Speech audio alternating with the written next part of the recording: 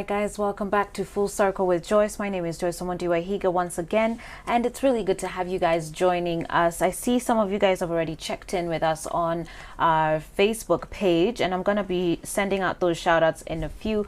But for now, let me introduce my guest this segment. Of course, we're having a woman-to-woman conversation, but still encouraging our men watching to be part of the conversation by SMSing into 22999. So with me here, I have Fauza Beltz, who's the founder of Fauza Consultancy. Karibu sana to the show. Thank you. And she's joined by Joyce Moti, who's the director of Guanipa X Enterprises. Good to have you here as well. Thank you. Great. Now, as women, we realize that our personal experiences obviously will really vary, okay? And we can face so much. We can go through all sorts of challenges and trials and mountains and difficulties. But because we've been conditioned to try and aspire to be these strong super women, a lot of us stay silent about the issues that we're actually facing. A lot of us don't come out and talk about our challenges. And so today that's what we want to have a discussion about, these woman-to-woman conversations about some of the different issues that women are facing and how we can address them. So I think it should make for a very great conversation. 22999 again is the SMS line, and you can comment on our Facebook page as well at Switch TV Kenya. So let's begin with one of the big issues that we're seeing today, which is teenage pregnancy. Fauza, maybe we can begin with you. You know, how often does this sort of come up in the, because you do a lot of work with young girls. Correct. Too. Yeah. How often does this come up? It actually makes me really sad. Yesterday I was with this group of young moms, 15, 16, 17s, and their mothers with 2 kids, 1 child. And I looked at these kids and I was like, where are we failing? What is it that we are not really doing right, that it's causing a lot of early pregnancies at the moment, you know? And are we forgetting our responsibilities as parents, as moms, as dads, as teachers, as society? And there are so many issues. You know, it's, of course, sometimes it's poverty, which we all know that it's an issue. Yeah. But what are we doing about it? So for these girls that you're talking to, what do a lot of them sort of pinpoint or attribute them finding themselves in early pregnancies to? Well, like some of the girls, actually, they were from Mombasa. Yeah. And talking to them, they actually said to me there was no school fees in the house, and I was asked to leave home. So where would I go? So of course she went out, and yeah, there are boys there who are always waiting for these kind of situations, and then they take advantage of this because these girls are vulnerable. And for them, when they see these boys, they feel like they're loved and they feel safe because some of them have been asked to leave the houses. But how can a 15-year-old live and take care of herself? Right. Yeah. So for me, we parents, we have a lot of work to do because we cannot only blame, you know, the girls when they get pregnant. Yeah. We need to empower them. We need to love them, whether there is school fees, there is no school fees, whether there is food, because it's not their responsibility, it's our responsibility as parents. So if we tell them you need to get out and, you know, start doing things for yourself, it's like you are sending that child out and she's gonna do what she knows best, she doesn't know best. Yeah. And this is what the issues are. And Joyce, touch on that point there, you know, because this is talking about a lot of the different situations that women find themselves in, and we end up becoming so vulnerable that you find recourse with anything, which is what these 15-year-olds are being subjected to do. And I don't know what your thoughts are about how that traverses and extends even into adulthood, university girls. There's a lot of issues we're also seeing around that age. People in their mid-20s, suddenly people are turning 30 and there's a lot of stress, a lot of pressure for marriage, babies, you know, name it. What would you have to say concerning this? Well, I think also as parents we're failing because we've left the children with the social media. We rarely make time for the children, and they are following the tracks of their role models. So you'll find that they want to look like so and so, who is a celebrity. It's like when we don't have the time as parents to talk to the children, and the social media life and the big guys in the social media, like the celebrities, are talking, they listen more to the celebrities than they're listening to their mothers, to their parents. So there's that peer pressure of wanting to be like so and so. If I can come and tell them that as a celebrity, I had a child when I was young, and when they look at my life now, I am driving a big car, I'm living well, then they'll start looking at that role model. I think this one works better than the education. Yeah. I would want to be like that other person. So I think as parents we've failed, and I also think the foundation that we're bringing up our child in. Like when we were growing up, our parents used to take us to church. You'll find that very few people are taking their kids to church. They're just letting the children grow up on their own. Because I believe, I don't know, there's a verse in the Bible that says, teach your children the ways of God, and when they grow up, they will not depart from it. It's not functional anymore, because very few people are taking their kids to the church. Very interesting pointers there. And actually, let me read a comment that has come in on our SMS line. Someone says, hey, Joyce, locked in from Lavington. I'm Joel, the prince. Okay, from the county. You say, I come from that, is Busia, I guess. And you're saying almost 79% of the girls have kids. That's primary school girls. And you say that's because their parents never give them the needed attention, hence making them seek it elsewhere. As parents, we have to learn to appreciate our own girls. Primary school kids, you know, having children, that's a baby having another baby. It's a baby having a baby. True. Exactly. Yeah.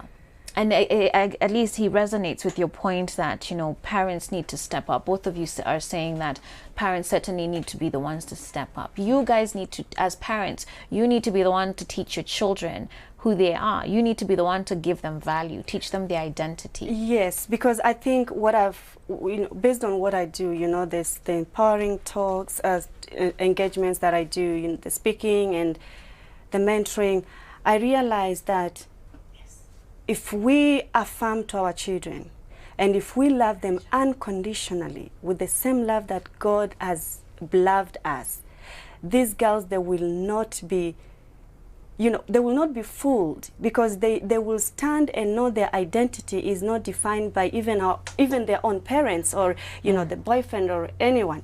And sometimes, like yesterday, I was speaking to almost 100 girls, and this issue of peer pressure. I have heard that we need to be in groups. So if you are not in these groups, then you are like an outsider. So you need to associate yourself with certain kind of people so that you are a somebody. And as a mom myself, if it all starts at home, if we tell our children that you are loved at home, God loves you, we affirm, you know, and we speak these things with conviction, they will realize that I don't need any other affirmations from other people because I already have it. And, you know, it's also being aware of what God says about these children, who they are, because we cannot get other things from people. It's only from God. And so we just need to step up as parents. Before we move away from this discussion about girls specifically, what would you say are some of those values that we need to instill in our young girls? So one is faith and trust in God has come out very clearly. Absolutely. And then growth mindset. You know, a growth mindset for me, it's sort of a belief where any talents, any gifts can be achieved if we put on a little bit of effort. And then when we empower our girls, it brings self-esteem to them. When you have self-esteem with yourself, Joyce, you love yourself. And when you love yourself, it's going back to the same conversation again. You don't need someone else to lie to you, you know. For like the girls that were telling me for 20 bob, I was like, what do you Imagine. buy for 20 bob? Seriously. Yeah, that you're giving I away was yourself. very upset. Yeah. You know, and we need to always remind them that they are enough, and they need to know their worth as well. Yeah. Because if you know your worth, you won't settle for anything. You won't settle for 20 bob. Yeah, absolutely true. Wow. Very interesting discussion there, and certainly it's sad to hear that there are girls, our sisters out there who circumstance or life would put them in such a place that they feel, you know, they can give away themselves for 20 shillings or 50 bob. Really sad state of affairs there. But let's talk then about other issues facing women today. Marriage and family is a huge one. A lot of pressure to be married before 30, have I don't know how many children. You know, what is with this pressure? And sometimes it's other women giving it to their fellow other women. I know. I think it's crazy, right? Because you can only get married if you're ready to get married. True. Because this is not a joke, it's a commitment. And it may look cute, but it's a lot of work, actually, you know? Sure is. It is a lot of work, and you cannot just go in for going in. You need to be intentional. Why are you going in for this thing? Just to have the title, Mrs. So-and-so?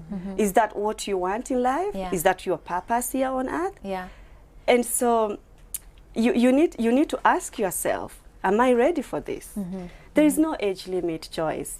I have friends who they are in their 30s and they're not married, and they're very happy. You know, but society actually has programmed these kind of things. We go to school, universities, we grow up, we need to get married, we need to get kids. Of course, we'll be working for sure. And then what else? Is that all about life? But Joyce, why is it that women sort of put this pressure on their fellow women? You know, there's always that quote and that saying, you know, true queens will fix each other's crowns. But there's also the one that says a true queen will fix her sister's crown without telling the whole world that she's fixed her crown. That it was crooked. Right? That it was crooked. So, you know, what is it about us women? Why is it that we cannot seem to understand or at least practice that saying to see that, you know what, we actually need each other. If you rise, I rise. And we can pull each other up together. Yeah. I also think it's about the pressure, because when you get at a certain age, when you go to the village, they'll start asking you, your peers are already married. What are you waiting for? Or what is wrong with you? You know? So that's why people end up getting married for the wrong reasons. Because you want to fit in, because your friends are doing it, your age mates are married, you're not married. So you just go and get married. That's why we're having many failed marriages. Because when you're in it, when you're already inside it, you realize then this is not what I wanted. So I'd rather people just wait on God. Well, your SMSs are really coming in, guys. Let me read some of them now. Teenage pregnancy is mostly caused by a lack of responsibility by parents, more so when it comes to providing education facilities to a girl child. Many parents fail to satisfy their children, hence making these children take a step ahead to seek help from friends. And that's actually from our caller this morning, Emmanuel, Professor Manu. Asante sana for that. Someone else says, hey Joyce, I'm really grateful you're addressing this issue. Myself, I have grown up very distant from my parents, and I've thought of engaging in all these issues and witnessed my peers who were very firm and resolved stray away. Indeed, something is wrong somewhere. And that's from Sanya. Asante sana for that comment, Sanya. We're going to take a break right now, but we'll be carrying on this discussion when we come back. Also talking about women today and empowerment, financial stability. What about women lifting the next generation of women and women and faith? Okay, so much more for us to discuss right here on Full Circle with Joyce. Stay tuned.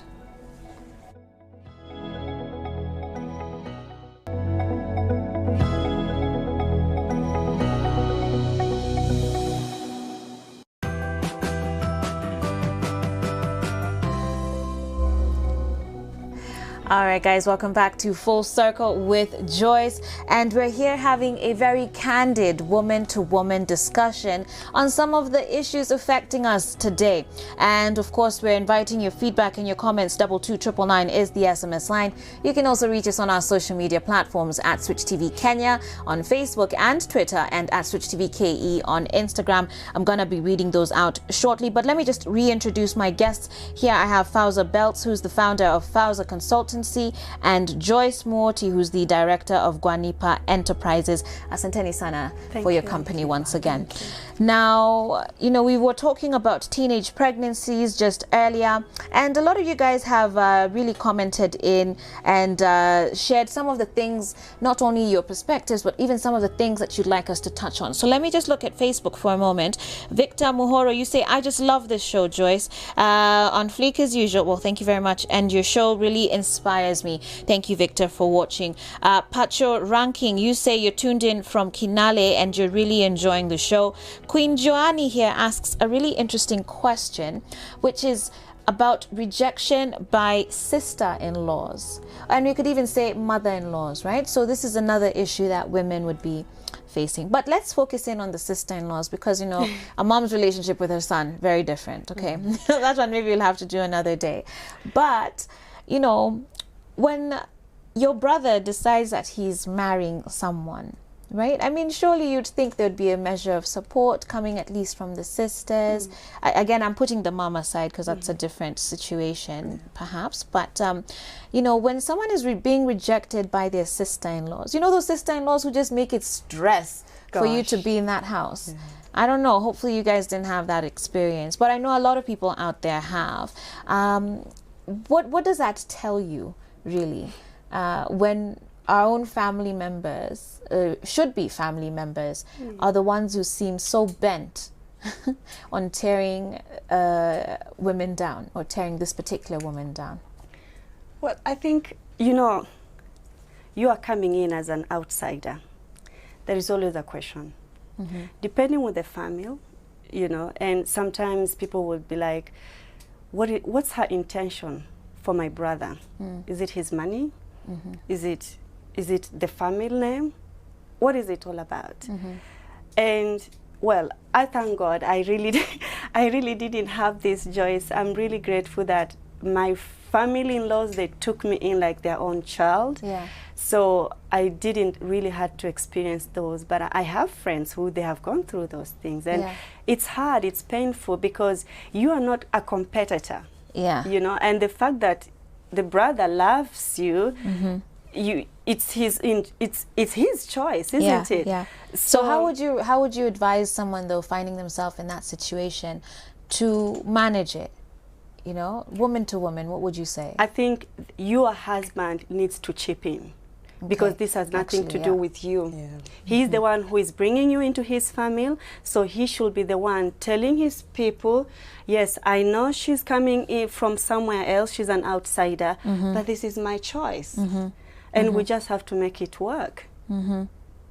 Okay, very interesting there. Let me read a question here, a comment here on our SMS line. Someone says, speaking about marriage again, someone says, I think it's just the society that has overrated the fact that when you get married, you are responsible. I love that comment. And that's by Philip locked in from Busia. Certainly, you know, getting married isn't a measure of your IQ. Or even your emotional intelligence, or your worth as a human being. None of those things. Absolutely. I think, if we put it in general, you know, as women, we need to know ourselves first. Because if we know ourselves, we know our values, right? I don't need, this is what I say, and I see it living as an expat in a foreign country. Sometimes we women, the mistake that we do, we identify ourselves with our spouses. But who are you without your husband? Who are you without that boyfriend? Who do you call yourself? So we need to realize these things, and having that, you know, that mindset that with or without my husband, I am a somebody, because my identity is not aligned with my husband. it has to come First from God. Yeah. But you can only articulate this if you know your values, you know your worth, and you love yourself unconditionally. Because your husband is not going to love you the way you should love yourselves too sometimes. Yeah. He's a human being. Yeah. Come on. Yeah. You know, so we need to really sit down for ourselves and really find out, who am I and what does God says about me, so that we can, you know, so that if that love doesn't work well the way we want, you know, the way you expected, then you know, you will. It's not like your life is over. Absolutely. Yeah. Absolutely. Because you have an identity that's bigger than marriage. Yes, and it comes from God. It's not even your husband. So I think for me, I've seen it with women. When that, you know, don't put your identity with your husband. Yeah. Anything can happen. And then what? And that's why you see women going through depression. These are real life stories. These are real things that are happening today in 2019. It's true. It's true. And Fauza, I mean, she's raised this topic about faith, right? And I want Joyce to touch on that just a little bit. You know, how, in your opinion, let me say, how important is faith in a woman's journey? Just given all of these different things that we're handling, right? Relationships, business, career, children, taking care of our homes, taking care of ourselves, trying to look a certain way.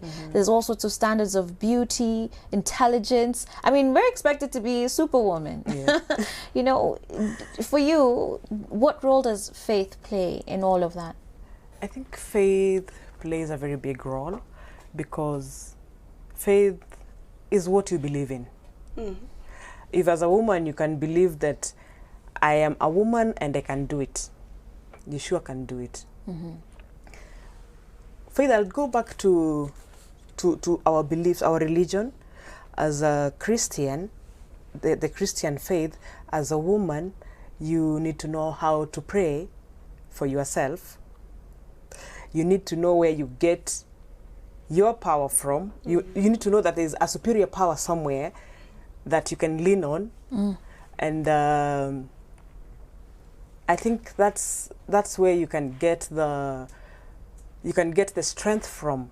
To be a woman as you go about your life. Okay. Yeah. Okay. Yeah. Well, let me read another comment here. Hello, Joyce. I think when women support each other, great things happen. It all starts within us. Women, we need to love each other and support each other unconditionally. That's Marion watching us from Mombasa. Thank you so much for that comment there. Someone here says, hey, Joyce, loving the conversation. You don't leave me your name, though, or where you're watching from, but I do appreciate you. Mike Kandegwa from Nyandara, All Joro or Rock. You say you're tuned in. You say you're actually glued up by it. Asante sana. Shout out to you as well, Cynthia, enjoying the show from Ruaka. Now, as we get ready to wind up this conversation, let's talk about women and empowerment and financial stability. Again, a lot of people sort of run to marriage for that stability. But, you know, just speaking in generally about women and how we then, by empowering ourselves, can actually help empower other people. And I want you to touch on the next generation of women, because we want to see leaders from there. We want to see movers and shakers from there. So as you give your final comments, maybe you can just touch on those pointers very briefly. Let's start with you, Fauza. Well, I think that's why we started the woman-to-woman conversation, isn't it? And tell us about that. Yes. That's coming up this weekend. Yeah, it's coming on Saturday. And I really felt that there was a need for this kind of platforms. Because many times, like, you know, since the beginning of our conversation is we don't have a place where we can share, encourage, fix each other's crown instead of posting it on social media, you know? And don't just go into marriage with the wrong intentions. You know, it's why are you going in for? Yeah. And men, they are clever. Men, they're very clever. They know. They know if you're into this for anything else, really. And if you go in for the wrong reasons, that's why it's not going to last. Yeah. Right, ladies? We need to up our games. It's good to have a partner who they can support and all those things. You know, like I thank God for that. But you need to be able also that you can also take care of yourself, because if you can take care of yourself, it means you can take care of the family, the husband, and anyone else in that matter. Absolutely. Joyce, what would be your final comments on this? I'll talk on the empowerment part, because we need to raise our girls knowing that they can work. Also, they don't have to get into a marriage to rely on the husband to bring food on the table. Yeah. Support him also. They need to support him. Yeah. They need to work. They need to bring something on the table too. So it's good we encourage our girls from a small age that they can grow up and become somebody in the community. Fantastic. Fauza, once again, you said the woman-to-woman conversation is happening this weekend. Tell us the details very quickly. So Woman to Woman, it's a platform for us women. And we come in there, we pray, we encourage, we inspire, we fix each other's crown. A place where we can share our fears, our vulnerability, in the hope of building the woman for the next generation. Because I believe, Joyce, we are the ones we've been waiting for. All right, so where is it happening? 21st of September, Silver Spring Hotel. It's a free entry. So you're all welcome from 11 o'clock to 2 p.m. All right, 11 a.m. to 2 p.m. Silver Spring Hotel, woman-to-woman conversation will be happening, where you can have an extension of this discussion. But thank you both ladies for being here. We do need to take a break now. We're bringing in our couch as we get ready for our lifestyle hour that's coming up just at 9 a.m. Today we're looking at change makers, and you don't want to miss out on hearing some of these amazing stories. Stay tuned. We'll be back in just a bit.